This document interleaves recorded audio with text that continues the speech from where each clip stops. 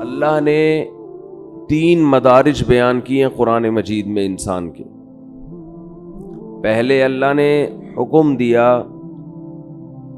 کہ اے لوگو جنہوں نے گناہ کر کر کے اللہ کی نافرمانی کر کر کے اپنے اوپر زیادتی کی ہے، ابھی بھی وقت ہے توبہ کر کے اس اللہ کی طرف آ جاؤ۔ قل یا عبادی الذین اسرفوا علی انفسہم، میں نبی ان سے کہہ دیجئے کہ اے میرے بندو جنہوں نے اپنے اوپر زیادتی کر لی۔ ہمارے ہاں زیادتی کہتے ہیں کہ دنیا برباد کر لی، پڑھے نہیں، کوئی جاب نہیں کی، کوئی بزنس نہیں کیا، اس کو ہم کہتے ہیں بندے نے اپنا فیوچر تباہ کر دیا۔ اللہ کی نظر میں زیادتی یہ ہے کہ اللہ نے جن کاموں کا حکم دیا تھا آپ نے وہ کام نہیں کیے، تو اللہ کہتے ہیں اسرفوا علی انفسہم، جنہوں نے اپنے اوپر زیادتی کی ہے اب بھی وقت ہے توبہ کر لو، لا تقنطوا من رحمت اللہ، اللہ کی رحمت سے مایوس مت، ابھی مایوسی کا ٹائم شروع نہیں ہوا ہے، بہت جلد ایک ٹائم آنے والا ہے جس میں اللہ تمہیں خود مایوس کر دے گا، خود بتائے گا کہ اب مجھ سے امیدیں مت لگانا۔ ان اللہ یغفر الذنوب جميعا، ابھی توبہ کرو، اللہ سارے گناہ معاف کرنے کے لیے تیار ہے، ابھی توبہ کر لو۔ انسان بڑا ڈھیٹ ہے، وہ کہتا ہے ابھی توبہ نہیں کروں گا، میں اس وقت توبہ کروں گا جب توبہ کا دروازہ بند ہوگا۔ پہلا حکم اللہ نے کیا دیا؟ توبہ کرو۔ آپ مجھے بتاؤ توبہ کس چیز سے ہوتی ہے؟ برائی سے، گناہ سے۔ اللہ ہم سے زیادہ عبادت نہیں مانگتے، اللہ ہم سے گناہوں سے توبہ مانگتے ہیں۔ آج کوئی شخص اگر دین پر آتا ہے تو عبادت کی کثرت کو فوکس کرتا ہے، گناہ چھوڑنے کو فوکس نہیں کرتا۔ اللہ نے پچھلی قوموں میں جتنی قوموں کو ہلاک کیا، تباہ کیا، کوئی ایک قوم بھی ایسی نہیں ہے جس کو اشراق کی نماز چھوڑنے پر عذاب دیا ہو، کوئی ایک قوم بھی ایسی نہیں ہے جس کو تہجد چھوڑنے پر عذاب دیا ہو، کوئی ایک قوم بھی ایسی نہیں ہے جس کو صبح و شام کی تسبیحات چھوڑنے پر عذاب دیا ہو۔ قرآن کہتا ہے فَكُلًّا أَخَذْنَا بِذَنبِهِ، جتنی قوموں کو تباہ کیا ان کے گناہ کی وجہ سے کیا ہے، نافرمانی کی وجہ سے کیا ہے۔ اور وہ نافرمانی کیا تھی؟ تمام قوموں میں ایک ہی چیز تھی کہ انہوں نے پیغمبر کے جو سفیر، اللہ کے جو سفیر تھے، اللہ کا جو پیغام لے کے دنیا میں آئے تھے، ان کی باتوں کو ویلیو نہیں دی، ان کی باتوں کو اہمیت نہیں دی۔ یاد رکھو اللہ کی نظر میں سب سے زیادہ ویلیو اس چیز کی ہے کہ محمد صلی اللہ علیہ وسلم کیا آرڈر دے کے گئے ہیں، کیونکہ یہ آپ کا آرڈر نہیں ہے، یہ کس کا آرڈر ہے؟ اللہ کا آرڈر ہے۔ اور ہماری نظر میں سب سے کم ویلیو کس کی ہے؟ اللہ نے کیا کہا ہے؟ اللہ صرف یہ دیکھتا ہے اپنے بندوں میں کہ یہ مجھے کتنا فالو کر رہے ہیں، اس کے علاوہ اللہ کو ہم سے کوئی غرض نہیں ہے۔ یہ دماغ میں اچھی طرح یہ بات بٹھا لینی چاہیے۔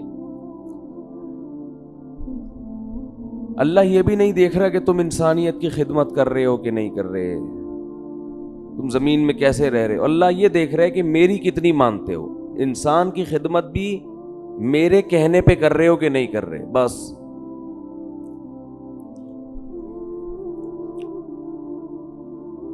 تو اللہ یہ دیکھتا ہے کہ میں نے جس چیز سے روکا اس سے رکتے ہو یا نہیں رکتے۔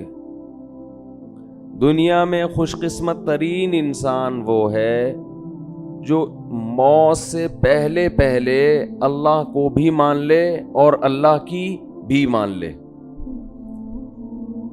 اور یہ تکبر چھوڑ دے کہ میں نہیں مانوں گا. تو اللہ نے قرآن میں کیا فرمایا کہ اے ایمان والو، اللہ ابھی تمہیں اپنی رحمت سے مایوس نہیں کر رہا ہے، توبہ کرو. توبہ کس چیز سے ہوتی ہے؟ گناہوں سے. بہت سے لوگ دین کی طرف آنا شروع کرتے ہیں، گناہ چھوڑنے کے لیے تیار نہیں ہوتے. کون سے گناہ ہیں جن کو قرآن نے بہت اہتمام سے بیان کیا، حدیث نے بہت اہتمام سے بیان کیا؟ وہ گناہ آج ہمارے معاشرے میں بہت تیزی سے پھیل گئے ہیں. اس رمضان کے گزرنے سے پہلے پہلے توبہ کریں، ان تمام جرائم سے توبہ کرنی ہے. ان گناہوں میں سب سے پہلا گناہ ہے نماز کا قضا کر دینا. اللہ نے اس کی کسی قیمت پہ اجازت، بولے نا بھائی، نہیں دی. ایک چیز ذہن میں آتی ہے کہ اتنے سارے لوگ بے نمازی، اتنے سارے لوگ ہیں جو اللہ کا انکار کر رہے ہیں، کیا یہ سارے جہنم کی آگ میں جلیں گے؟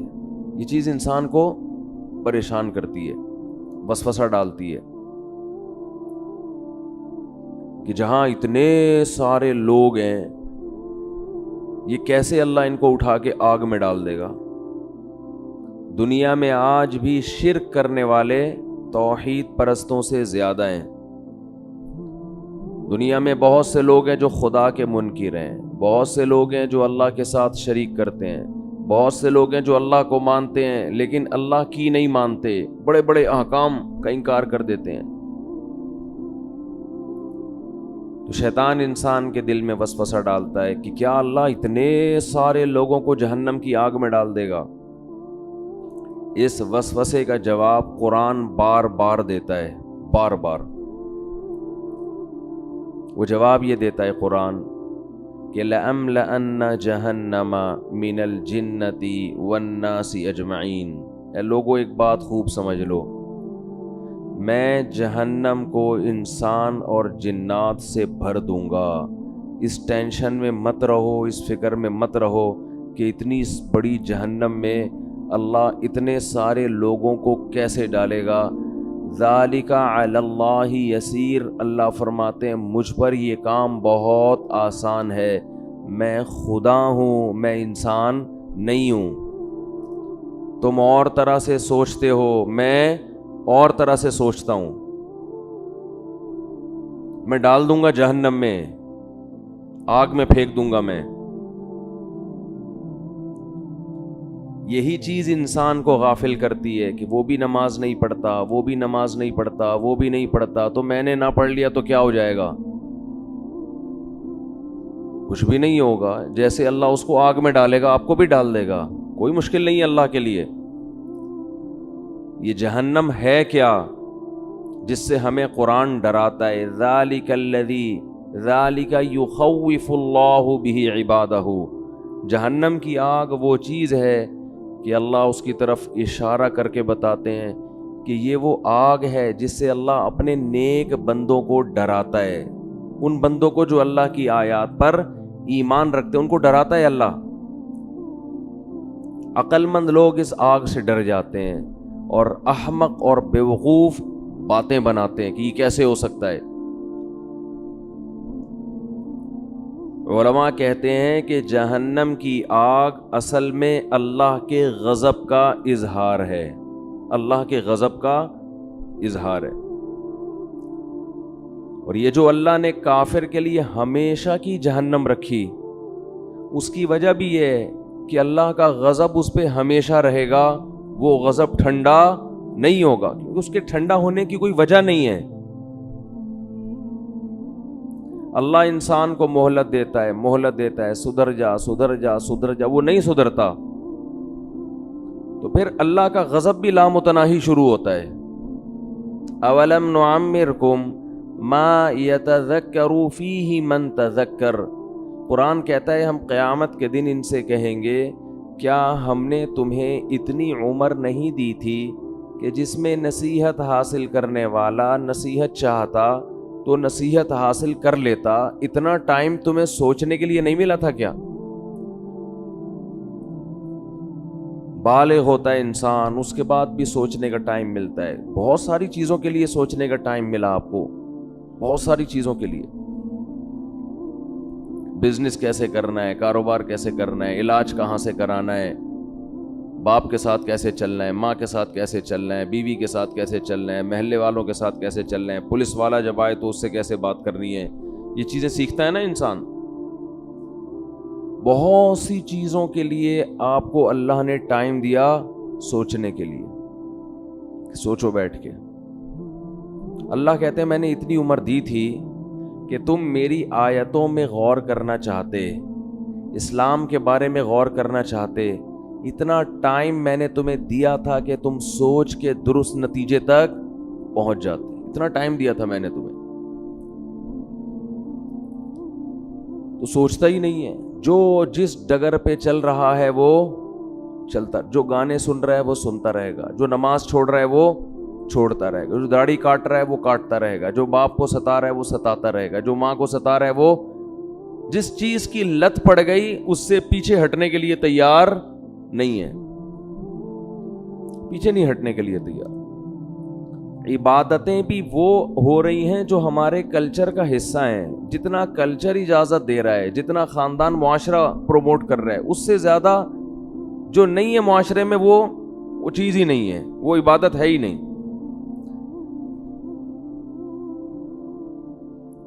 تو اللہ اپنے عذاب سے اپنے بندوں کو ڈراتا ہے. یخوف بہ عبادہ.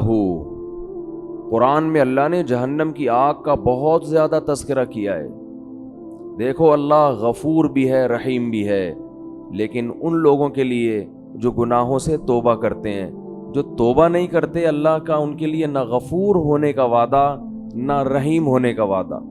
ان کے لیے تو اللہ اعلان کرتا ہے عزیز ذو انتقام، وہ زبردست غالب اور انتقام لینے والا ہے. اللہ اگر ایسا غفور الرحیم ہوتا جیسا ہم نے سمجھا ہوا ہے تو قوم لوط کو الٹا دے کے پٹخ کے ہلاک تھوڑی کرتا. وہ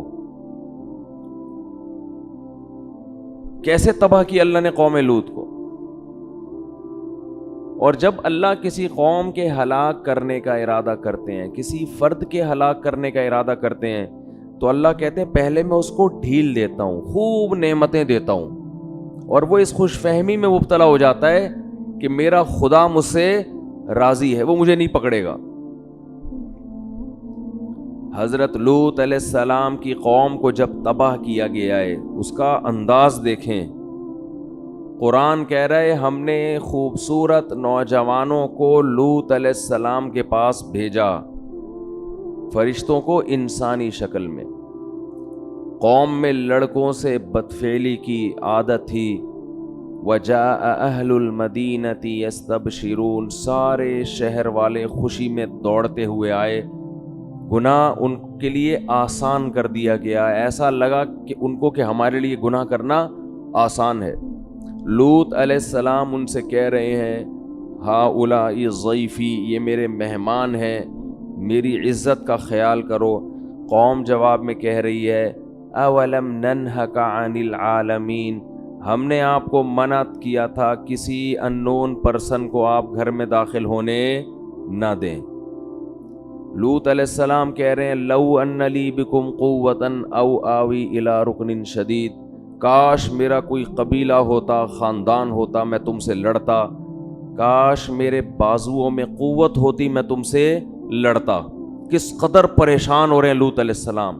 اور قرآن کہہ رہے قوم کی حالت کیا ہے، یستبشرون، خوشیاں منا رہے ہیں کہ گناہ کے ہمارا کیسا موقع مل گیا. آج بھی بے حیائی بہت تیزی کے ساتھ پھیل رہی ہے، اور انسان اس پہ خوش ہے کہ گناہ کرنا میرے لیے مشکل کے بجائے آسان ہو رہا ہے. غریب آدمی کی بھی دسترس میں گناہ کرنا. یہ خوش قسمتی کی بات نہیں ہے میرے بھائی، یہ بہت بڑے اللہ کے عذاب کی بات ہے کہ اللہ گناہ کو ہمارے لیے آسان کر رہا ہے. تو قرآن کہتا ہے کہ جب لوط علیہ الصلاۃ والسلام بہت زیادہ پریشان ہوئے تو ان فرشتوں نے لوط علیہ السلام سے کہا یا لوط انا رسول ربک، ہم انسان نہیں ہیں، ہم اللہ کی طرف سے بھیجے ہوئے فرشتے ہیں، لن یصلوا الیک، آپ کی طرف نہیں آئیں گے، آپ اپنی قوم کو لے کے راتوں رات نکل جائیں۔ پھر اللہ کیا فرماتے ہیں فجعلنا عالیہا سافلہا، ہم نے اس بستی کے اوپر کے حصے کو پلٹ کے نیچے کر دیا۔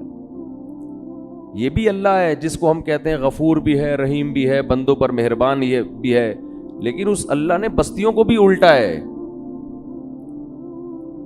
وہی اللہ جس کو ہم رحمان اور رحیم کہتے ہیں صبح و شام، جس کو ہم غفور اور رحیم کہتے ہیں، جس کو ہم اپنے بندوں پہ بڑا مہربان کہتے ہیں، اسی اللہ نے فرعون کو جب ایک پانی میں غوطہ دیا ہے اور فرعون نے جواب میں کہا آمنت انہ لا الہ الا الذی آمنت بہ بنو اسرائیل، میں اس اللہ پہ ایمان لایا جس پر بنی اسرائیل ایمان لائی، تو اللہ کو اس پہ ترس نہیں آیا۔ وہی اللہ جس کو ہم کہتے ہیں غفور ہے، اپنے بندوں پر مہربان ہے، بہت رحمان ہے، بہت بندوں پر شفیق ہے، ماں سے 70 گنا زیادہ محبت کرنے والا، اس اللہ کو اپنی مخلوق فرعون پر اس موقع پہ ترس، بولو بھائی، نہیں آیا۔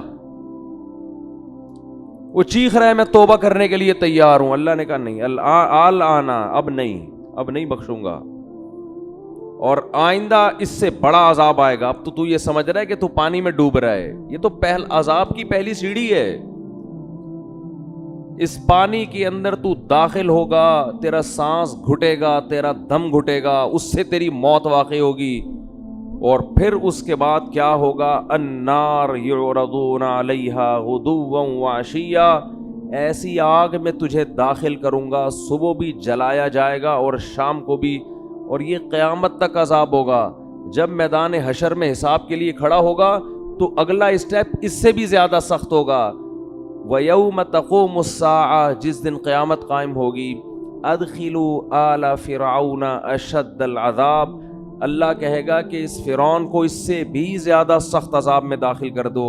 یہ وہی اللہ ہے جو بڑا رحمان ہے، بڑا رحیم ہے، اپنے بندوں پر بڑا مہربان ہے۔ یہ وہی اللہ ہے جو موسیٰ کو فرعون کے پاس بھیجتے ہوئے کہہ رہا ہے قولا لہ قولا لینا، اے موسیٰ فرعون سے نرم لہجے میں بات کرنا، سخت لہجے میں بات نہیں کرنا۔ حالانکہ فرعون ہزاروں بچوں کو ذبح کر چکا تھا، ان کی چیخ و پکار بھی اللہ کے سامنے، ان کی ماؤں کا رونا بھی اللہ کے سامنے، کیسے ماؤں کی گود سے لے کے بچوں کو چھریوں سے کاٹتا ہوگا۔ آپ تھوڑی دیر کے لیے اپنے بچوں کو سامنے رکھ کے تصور کر لیا کرو، کیا ماؤں کی بد دعائیں اس فرعون پہ لگتی ہوں گی۔ مگر ایک طرف اللہ ایسا رحمان ہے کہ موسیٰ سے کہہ رہا ہے اتنے ظالم کے ساتھ بھی جب آپ نے دعوت دینی ہے، سخت لہجے میں بات نہیں کرنا، ایسا نہ ہو وہ بدک جائے آپ کی دعوت سن کے، نرم لہجے میں بات کرنا، لعلہ یتذکر، شاید توبہ کی توفیق مل جائے، شاید کوئی سیدھے راستے پہ آ جائے۔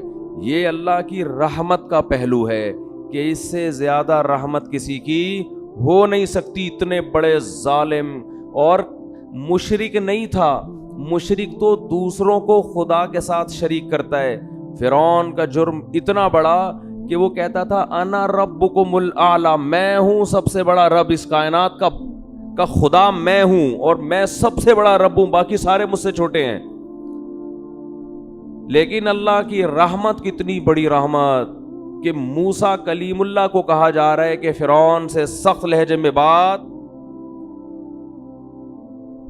دوسری طرف وہ پہلو بھی ہے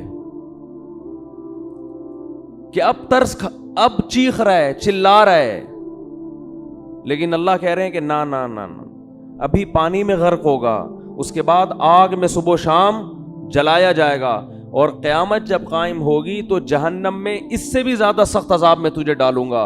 اور پھر قرآن کہہ رہا ہے وَإِذْ يَتَحَاجُّونَ فِي النَّارِ، ہم تمہیں مستقبل کی بات بتاتے ہیں، ایک وقت ہوگا یہ فرعون اپنے لاہو لشکر کے ساتھ جہنم کی آگ میں یہ چیخ رہے ہوں گے اور کہہ رہے ہوں گے فَيَقُولُ الضُّعَفَاءُ لِلَّذِينَ اسْتَكْبَرُوا، ان کے جو کمزور لوگ تھے، جو اپنے حکمرانوں کی مان کے چلا کرتے تھے اللہ کی نافرمانی میں، وہ کہہ رہے ہوں گے اِنَّا كُنَّا لَكُمْ تَبَعًا فرعون اور اس کے درباریوں سے کہیں گے دنیا میں ہم تمہیں فالو کیا کرتے تھے, ہم تمہاری اتباع کیا کرتے تھے, انا کننا لکم تبعن, ہمارا کوئی کام دنیا میں اٹکا کرتا تھا تو تمہارے پاس فائل جمع کرایا کرتے تھے کہ ہمارا یہ اٹکا ہوا کام کرا دو.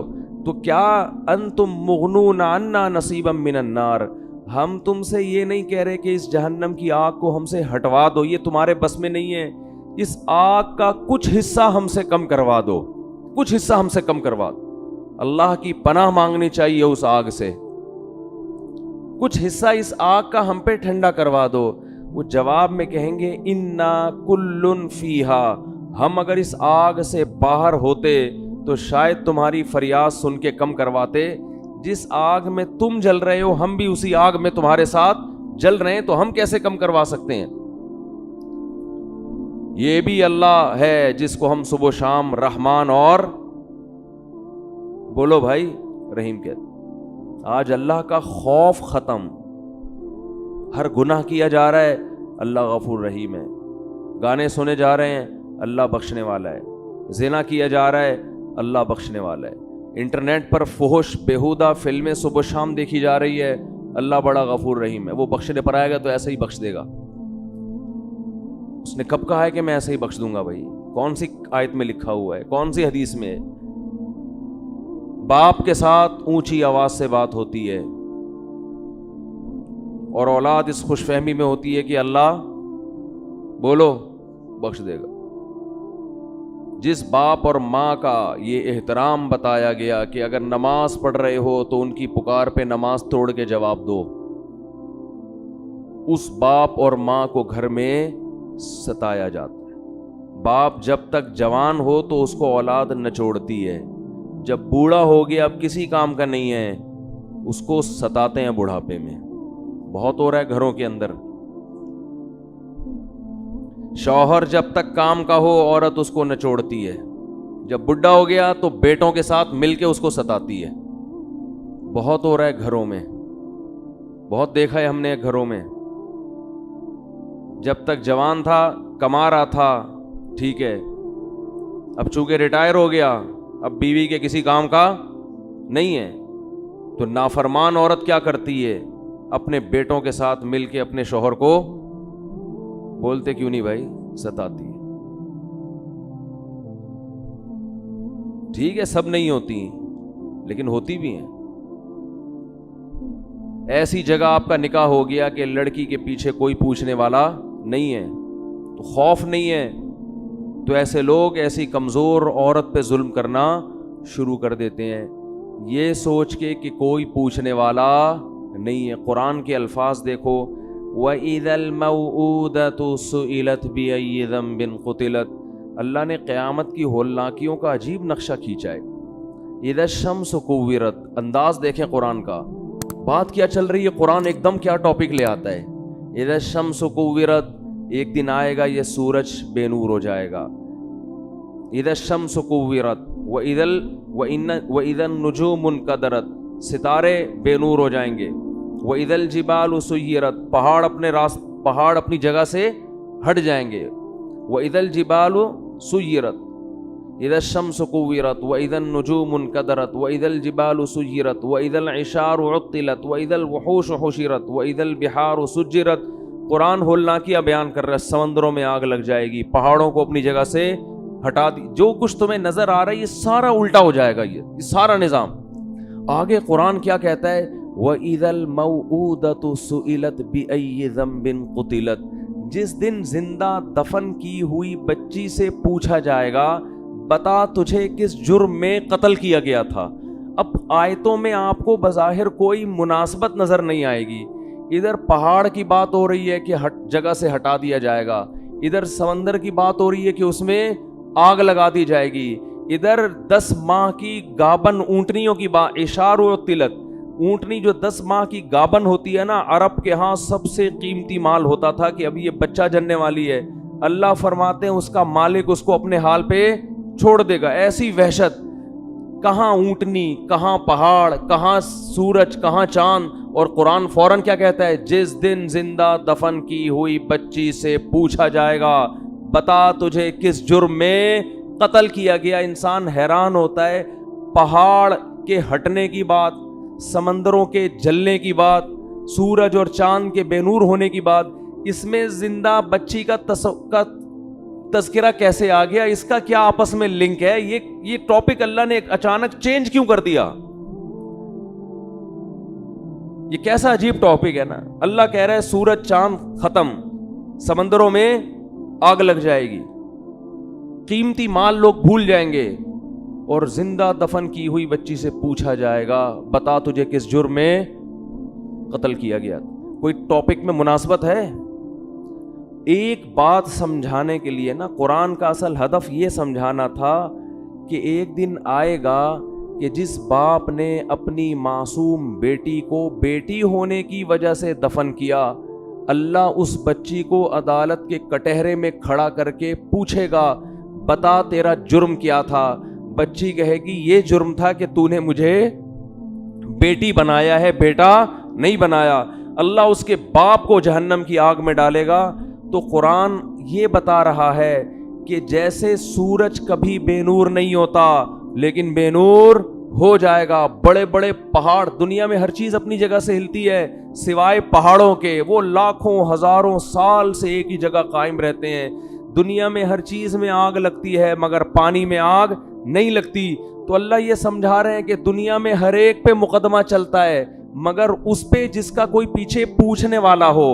جو معصوم بچی جس کے لیے اس کا باپ مقدمہ کرتا, اگر وہ باپ ہی اس کو قتل کر کے زمین میں ڈال دے, اس بچی کا پیچھے پوچھنے والا کوئی نہیں ہے.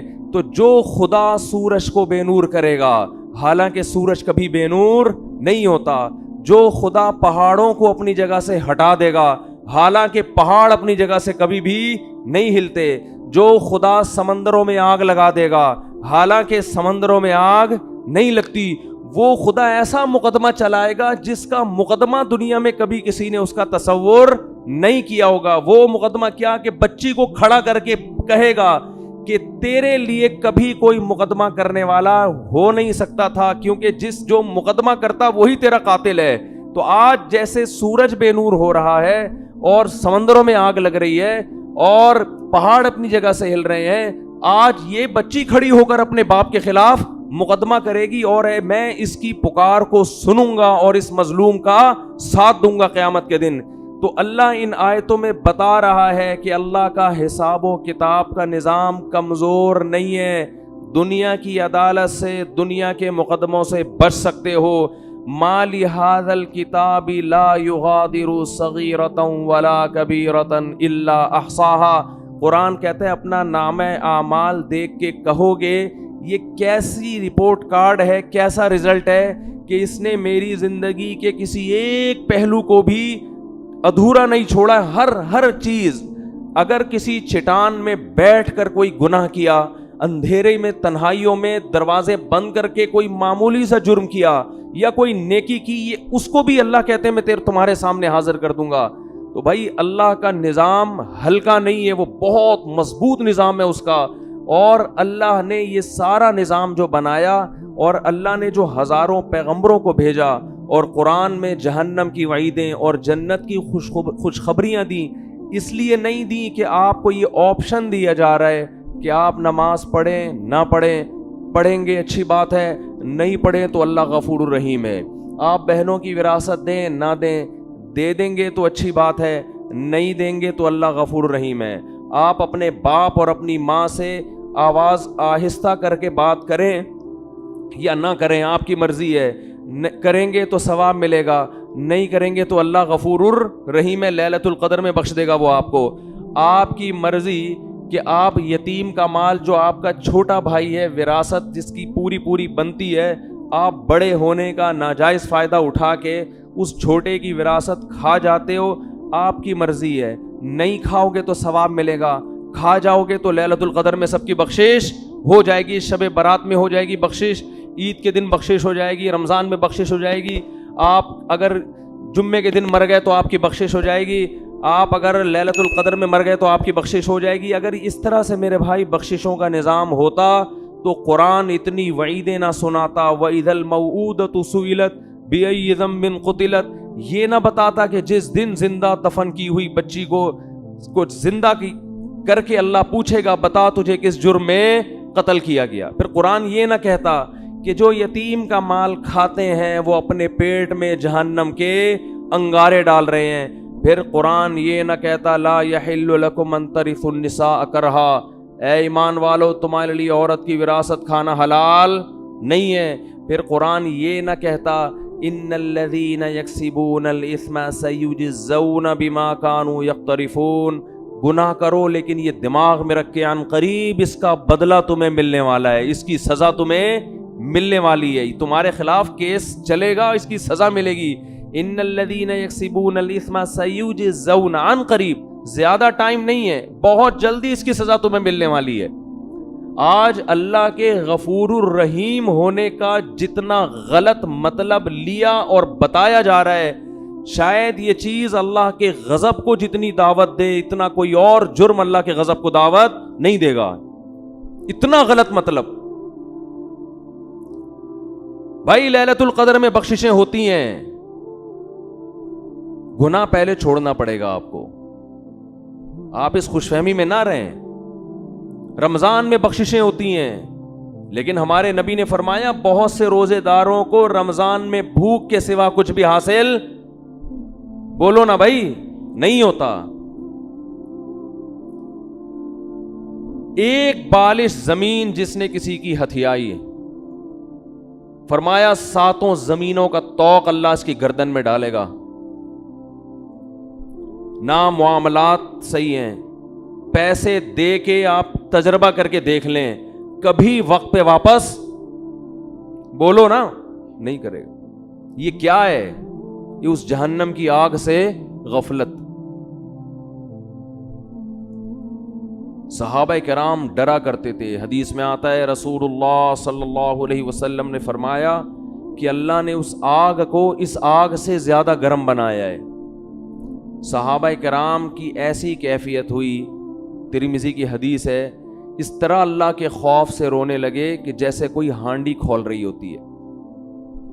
یا ایھا الناس ان وعد اللہ حق فلا تغرنکم الحیات الدنیا. دیکھو اللہ فرماتے ہیں لوگو اللہ کا وعدہ سچا ہے. اللہ نے وعدے کیے نا، مار کے ختم نہیں کروں گا، ایک دن اپنے سامنے کھڑا کر کے حساب و کتاب لوں گا.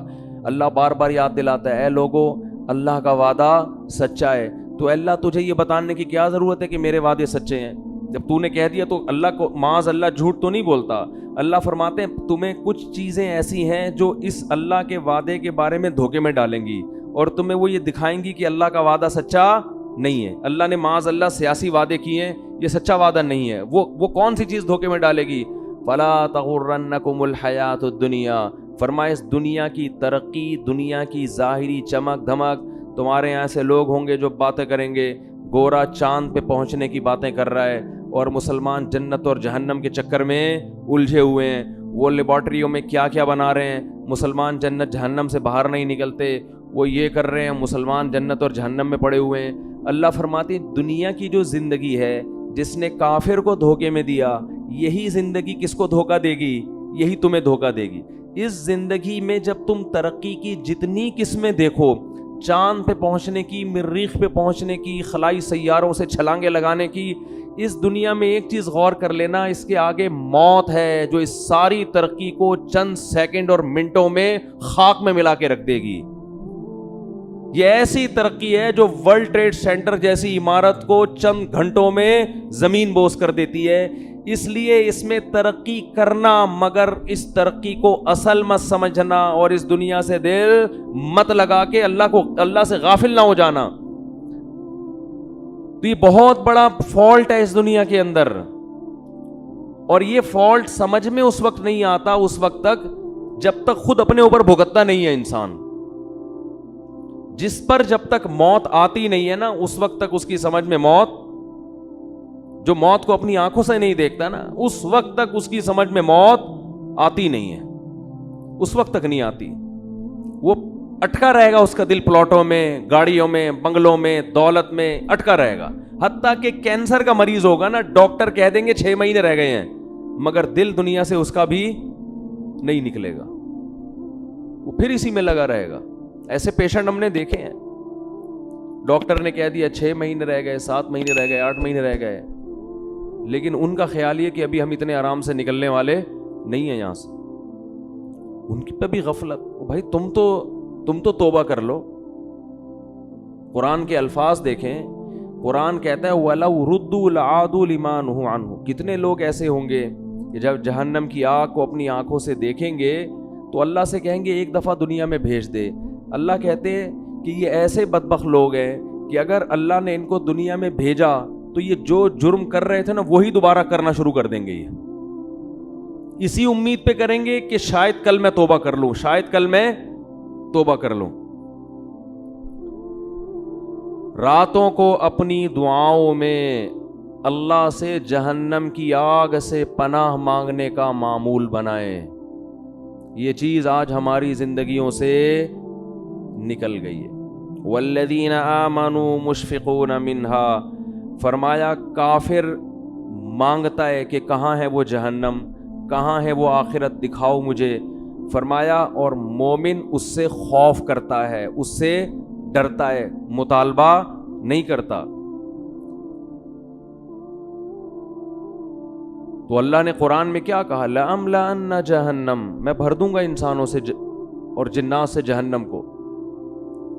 اللہ کے لیے یہ ان ذالک علی اللہ یسیر. پھر قرآن یہ بھی کہتا ہے کہ اللہ پر یہ کام مشکل نہیں ہے. یہ کیوں کہا اللہ نے کہ اللہ پہ یہ کام مشکل نہیں ہے؟ ظاہر ہے جس نے آسمانوں اور زمینوں کو بنایا، ساری کائنات کو بنایا، اس کے لیے کیا مشکل ہے کسی کو یہاں سے اٹھا کے وہاں پھینک دے. لیکن اللہ یہ لفظ اس لیے بیان کرتا ہے کہ تمہیں ایسا لگتا ہے کہ اللہ ایسا نہیں کر سکتا. اتنے سارے انسانوں کو کیسے ڈالے گا؟ کیا اس کا دل نہیں ہے؟ کیا اس کو رحم نہیں آئے گا؟ اس لیے اللہ نے فرمایا کہ نہیں آئے گا رحم. یہ تم خوش فہمی میں مبتلا ہو کہ مجھے جتنا رحم آنا تھا مجھے آ گیا ہے. یہ رحم ہی تو ہے. کتنی مہلت دیتا ہے وہ، بار بار توبہ کا موقع دیتا ہے. 1000 بار بھی گناہ کیا، 1000ویں بار توبہ کرو گے اسی طرح قبول کرے گا جیسے پہلی دفعہ توبہ قبول کی تھی. یہ رحم ہی تو آیا تھا. اب تم یہ چاہ رہے ہو کہ وہ اتنا رحیم بن جائے کہ آپ جو مرضی کرتے رہو وہ بخشتا رہے تمہیں. اس خوش فہمی میں مبتلا ہونے کی ضرورت، بولو بھائی، نہیں، ایسا نہیں.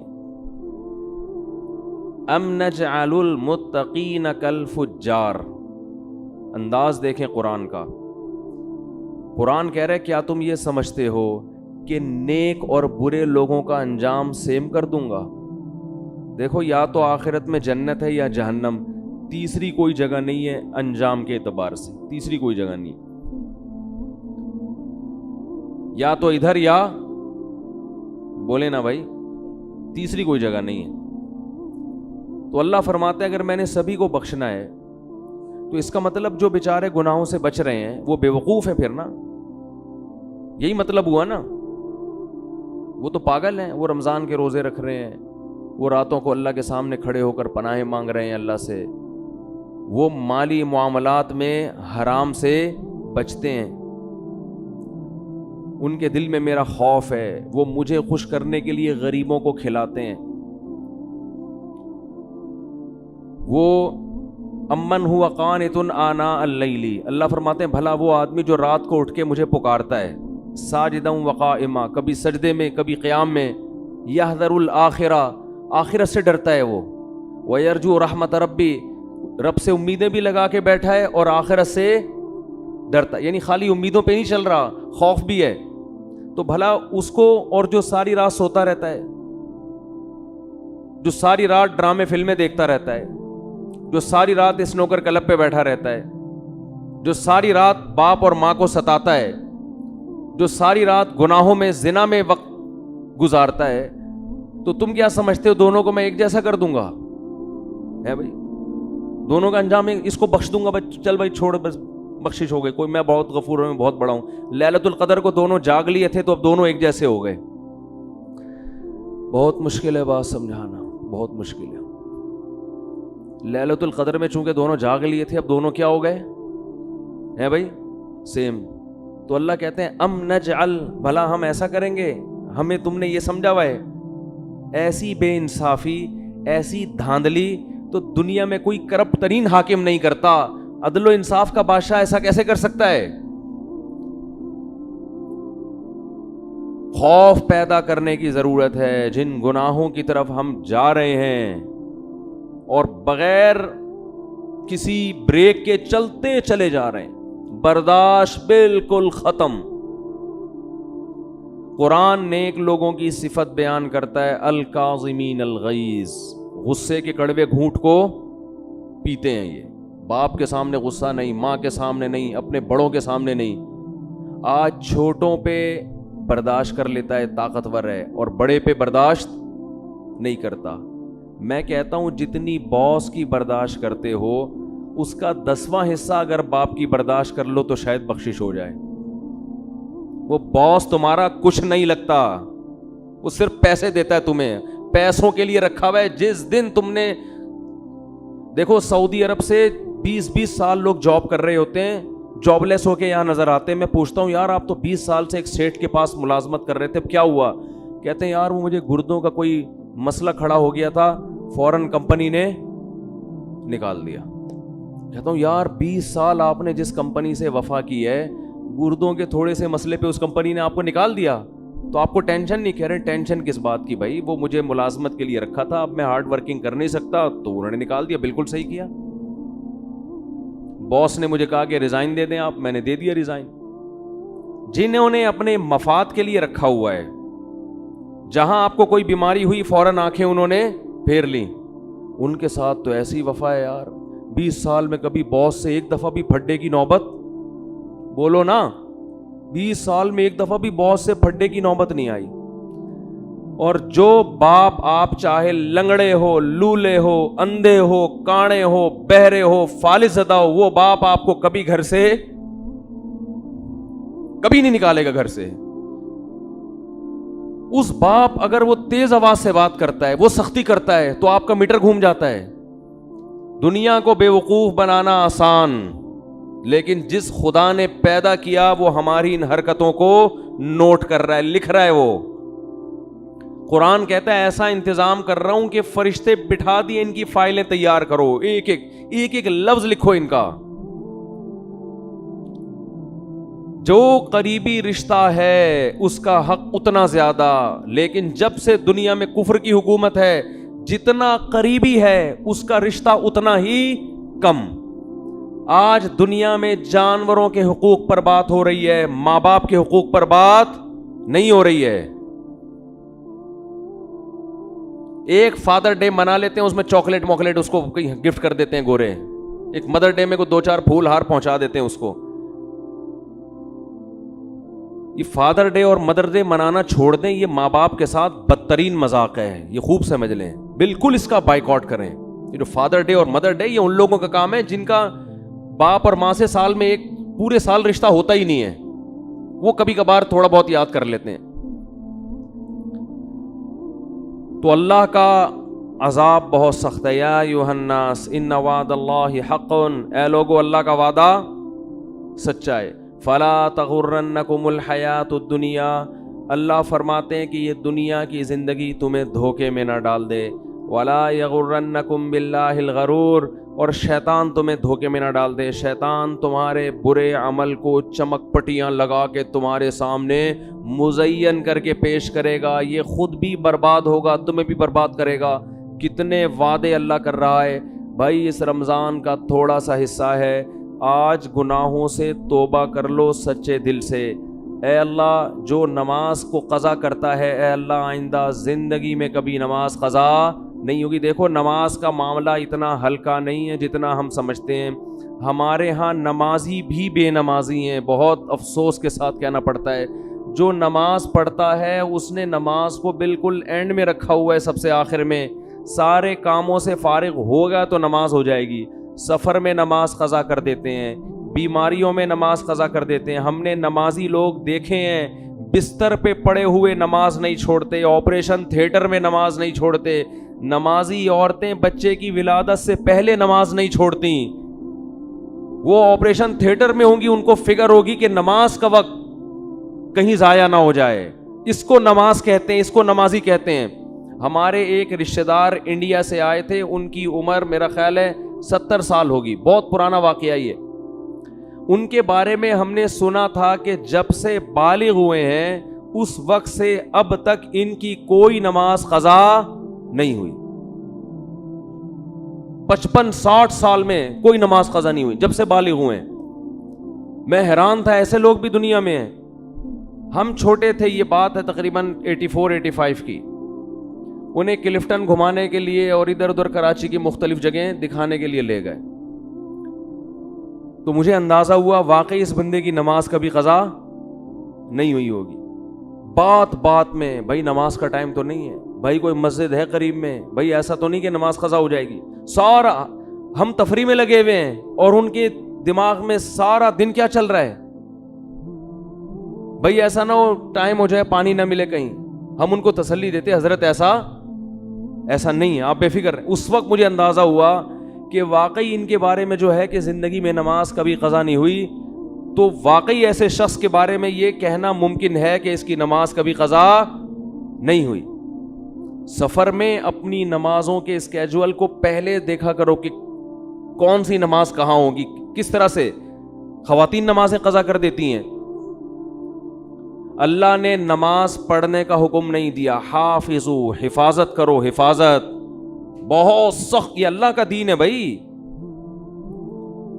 اس میں لچک نہیں ہے. غسل فرض ہو گیا, اگر سردیوں میں آپ کو غسل کر کے نہانا پڑے گا, نماز پڑھنی پڑے گی. سفر میں غسل فرض ہو گیا, وہاں نماز پڑھنی پڑے گی آپ کو.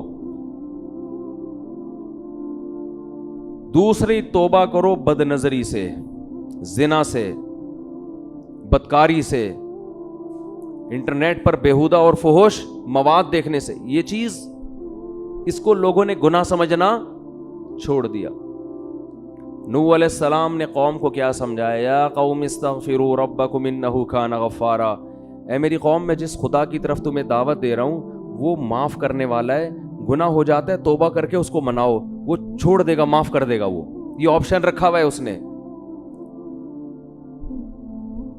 وہ تانے نہیں دے گا کہ پھر گناہ کر کے پھر توبہ کر رہا ہے تو اب کس بیس پہ کر رہا ہے, لیکن کرو تو صحیح. اگر گناہ نہیں چھوٹ رہا, لت پڑ جاتی ہے, جو لوگ فحش فلمیں دیکھتے ہیں عادت پڑ جاتی ہے ان کو, او بھائی عادت پڑ گئی ہے, عادتیں چھوٹتی بھی تو ہیں. جس طرح کوئی کام کنٹینیو کرنے سے کام کرنے کی عادت پڑتی ہے, چھوڑنے سے چھوڑنے کی عادت پڑ جاتی ہے. ہمت تو کرو, پھر بھی ہوتا ہے تو توبہ تو کرو, ہاتھ پہ ہاتھ رکھ کے بیٹھو تو نہیں. جو آدمی فحش فلمیں دیکھتا ہے اور توبہ کرنا چھوڑ دی اس نے, اس کا مطلب وہ جہنم کی آگ میں جانے پر راضی ہو گیا ہے, وہ مطمئن ہو گیا کہ اب بس میں نہیں بچ سکتا. بھائی وہ آگ ہم سے برداشت نہیں ہوتی. 100 دفعہ یہ گناہ ہوتا ہے, 100 دفعہ اللہ کو مناؤ, اللہ اب نہیں کروں گا, پھر ہو گیا پھر مناؤ, اور اللہ سے یہ کہو کہ اللہ میں عادت سے مجبور ہو کے گناہ کرتا ہوں مگر میں جہنم کی آگ برداشت نہیں کر سکتا. اس وقت تک اس کو مناؤ جب تک وہ معاف نہ کر دے. اللہ تیار ہے. ایک بزرگ نے کہا کہ ان کے پاس غالباً ڈاکٹر عبدالحی صاحب رحمۃ اللہ علیہ تھے کہ حضرت میں گناہ کرتا ہوں پھر توبہ کرتا ہوں پھر ہو جاتا ہے گناہ, نہ چاہتے ہوئے بھی ہو جاتا ہے, پھر توبہ کرتا ہوں پھر ہو جاتا ہے. فرمایا کوئی بات نہیں, اگر متقی لوگوں میں شمار نہ ہوا اللہ توبہ کرنے والوں میں شامل کر لے گا. کیا کہتا ہے, ان اللہ یحب التوابین ویحب المتطہرین. اللہ کو جیسے پرہیزگار لوگوں سے محبت ہے, توبہ کرنے والوں سے بھی محبت ہے. تعلق تو قائم رکھو, تعلق ہی ختم کر دیا آپ نے. توبہ ایک ایلفی ہے جو ٹوٹے ہوئے تعلق کو جوڑ دیتی ہے. اللہ چاہتے ہیں مجھ سے رابطہ میں تو رہو. آپ جب کسی کو بھیجتے ہیں سفر میں, کوئی ٹینشن ہو بھائی رابطے میں رہنا, ہر تھوڑی دیر میں اطلاع دیتے. ماں باپ کو ہوتا ہی نا فکر, بھائی جس حالت میں بھی ہو اطلاع ضرور, اگر سکون میں بھی ہو اطلاع ضرور دینا. اللہ کہتے ہیں جس کنڈیشن میں بھی ہو, گناہ میں ہو یا نیکی میں, تعلق مجھ سے ختم نہیں کرنا. رابطہ اگر گناہ ہے تو میرے سامنے بیان کرو, میرے سامنے بیان کرو, اے اللہ میں تیرا بندہ ہوں, مجھ سے یہ گناہ نہیں چھوٹتا. اللہ کو اچھا لگتا ہے یہ کہنا, اے اللہ میں قوم لوط کی طرح اکڑتا نہیں ہوں, کہ لوط علیہ السلام سے کہنے لگے کہ اگر آپ اس گناہ پہ راضی نہیں ہو تو علاقہ چھوڑ کے نکل جاؤ. اے اللہ میں ایسا نہیں ہوں, میں فخر نہیں کر رہا اپنے جرم پر, مجھے اس جرم کی عادت پڑ گئی ہے, مجھے اس برائی کی عادت پڑ گئی ہے. اے اللہ مجھے اپنے غصے پہ قابو نہیں ہے, ماں باپ کے سامنے چیخنے لگتا ہوں, مجھے عادت پڑ گئی ہے.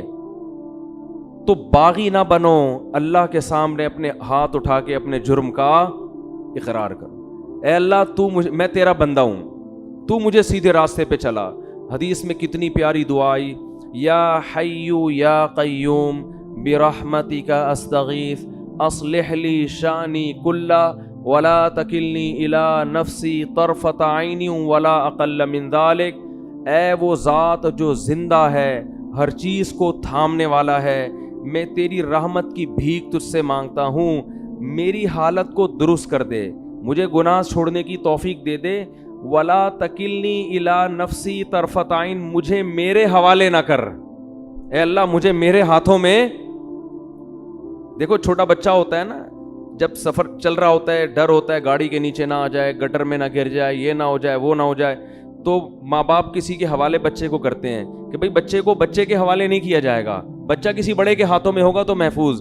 تو انسان اللہ کے سامنے جرم کا اعتراف کرے, اے اللہ میں کمزور ہوں, تو مجھے میرے حوالے نہ کر. کتنی دیر کے لیے حوالے نہ کر, طرفۃ عین, اے اللہ 24 گھنٹے میں ایک پلک جھپکنے میں جتنا ٹائم لگتا ہے نا, اتنے ٹائم کے لیے بھی تو مجھے میرے حوالے نہ کر. ولا اقل من ذالک, اس سے کم ٹائم کے لیے بھی تو مجھے میرے حوالے نہ کر, کیونکہ اگر تو نے مجھے میرے حوالے سیکنڈ کے کروڑویں حصے کے لیے بھی کر دیا تو مجھے اپنے اوپر اعتماد نہیں ہے, میں اس میں تیری نافرمانی کروں گا, میں اس میں اپنی جان پر ظلم کروں گا. 24 گھنٹے تو مجھ پر گرفت رکھ. یہ نبی نے ہمیں دعائیں سکھائی ہیں, یہ گناہگاروں کے لیے دعائیں ہیں جن سے گناہ نہیں چھوٹتے, وہ اللہ سے مانگیں کہ اللہ تو مجھے میرے حوالے نہ کر, تعلق تو قائم رکھے میرے بھائی. اور کیا دعا سکھائی, خذ بناصیتی الی البر والتقوی, اے اللہ میں سیدھے راستے پہ چلنا چاہوں نہ چاہوں, تو مجھے پیشانی کے بالوں سے پکڑ کے سیدھے راستے پہ گھسیٹ لے.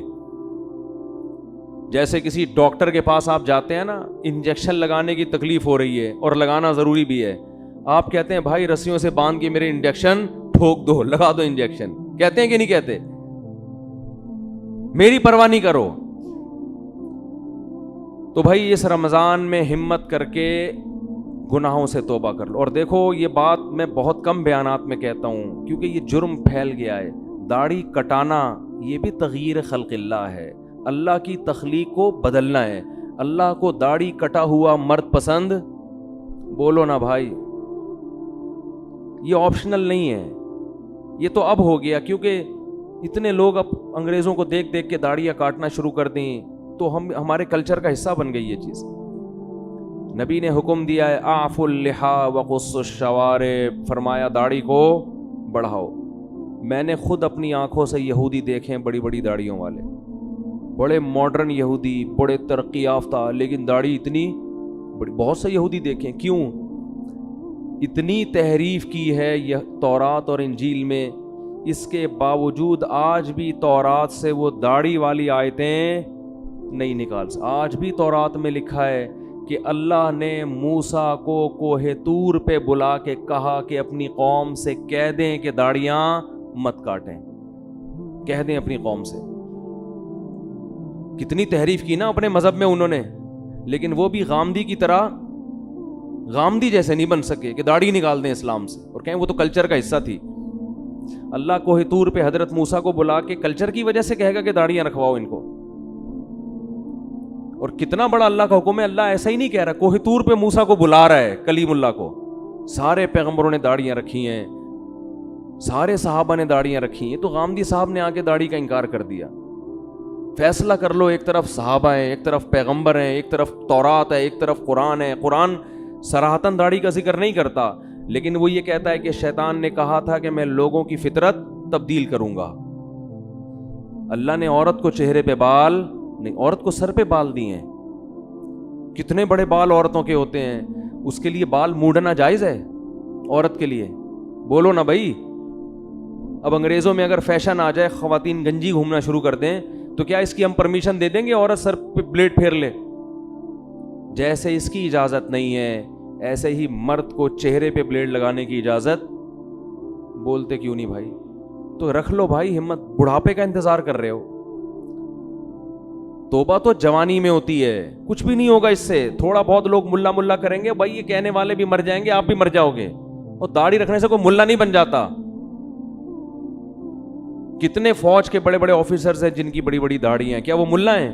کتنے بڑے بڑے سائنٹسٹ ہیں, یہ جو ایٹامک انرجی میں جو سائنسدان ہیں, جامع رشید آئے تھے تو اتنی بڑی بڑی داڑیاں ان کی.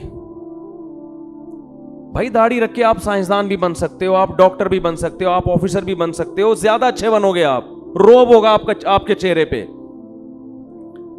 تو ہمت کر لو اس رمضان میں. میں کسی بغیر داڑھی والے کو اپنے سے کمتر نہیں سمجھتا. بھائی ہماری داڑھی ایک ظاہری حلیہ, اندر اللہ ہی جانتا ہے. ہو سکتا ہے کوئی گناہ ہو جس کی وجہ سے داڑھی والے کو اللہ بخش دے اور ہمیں نہ بخش دے, اللہ بچا کے رکھے سب کو. لیکن جرم کو تو جرم ہی کہا جائے گا نا. وہ لوگوں کی رعایت میں لوگوں کو خوش کرنے کے لیے اس کو تبدیل تو نہیں کر سکتے ہم. یہی تو یہود کا جرم تھا کہ وہ حکام بیان کرتے جس پہ لوگ خوش ہوتے. جو برائی معاشرے میں پھیل جاتی, یہود کے علماء اس پہ ڈسکس نہیں کرتے کہ پبلک ناراض ہو جائے گی. تو اللہ کا حکم ہے, ہمت کر لو. اور یہ فضول باتیں, داڑھی رکھ کے میں یہ گناہ کروں گا تو لوگ کیا بولیں گے, داڑھی بدنام ہوگی, پھر تو اسلام کا نام ختم کر دو بھائی. مسلمان تو 2 نمبر ہی کرتے ہیں بہت سے, بدنام تو اسلام ہوتا ہے. اب اس کا حل یہ نہیں ہے کہ اسلام چھوڑ دو, اس کا حل یہ ہے کہ 2 نمبر ہی چھوڑ دے آدمی. وہ ایک آدمی نے بوڑھی ماں کی فضیلت سنی کہ بوڑھی ماں کو اگر ذرا سا بھی تکلیف پہنچائی تو اتنا بڑا عذاب اور یہ اور وہ, اس نے جا کے اماں کو ہی قتل کر دیا. اس نے کہا بھائی یہ تو فل ٹینشن ہے, عذاب کا ذریعہ ہے یہ. تو داڑھی انسان کو سینما گھر کی لائن میں لگنے سے روکتی ہے, داڑھی انسان کو برے کاموں سے روکتی ہے. تو آپ نے کیا کہا کہ جو چیز روکنے والی تھی اسی کو اڑا دیا آپ نے, اسی کو اڑا دی. ہمارے کتنے دوست ہیں کہتے ہیں ہم نے جب داڑھی رکھی تو سینما گھر کی لائن سے واپس ہوئے, شرم آ رہی تھی. ایک ہمارے دوست نے داڑھی رکھی, مجھے اپنا واقعہ سنا, کہہ رہے مجھے فلمیں دیکھنی اور سینما گھروں میں جا کے دیکھتے تھے. کہہ رہے میں لائن میں کھڑا ہوا تھا, داڑھی رکھ لی تھی میں نے, شرم تو آ رہی تھی لیکن ہم نے کہا تھوڑا دیر بے شرم بن جاتے ہیں, شرم ختم کرنے میں تو چند سیکنڈ لگتے ہیں انسان کو. کہہ رہے پھر لوگ مجھے مڑ مڑ کے دیکھ رہے تھے, یہ ملا یہاں کیا کر رہا ہے. کہہ رہا مجھے اتنی غیرت آئی, میں نے کہا نکل بھائی یہ تیرا کام نہیں ہے یہاں پہ, چھوڑ یار. لوگ بھی بول رہے ہیں, دل تو نہیں چاہ رہا تھا کہہ رہے ہیں چھوڑنے کا, لیکن شرم کی وجہ سے نکل گیا میں. یہ غنیمت ہے, ورنہ الٹا کام کرتے ہیں کہ یار اس کی وجہ سے لوگ تانے دے رہے ہیں تو داڑھی ہی کو کاٹ دو. تو ہمت کر لو خواتین, ہمت کر کے اس رمضان میں توبہ کر لیں لیلۃ القدر کے آنے سے پہلے.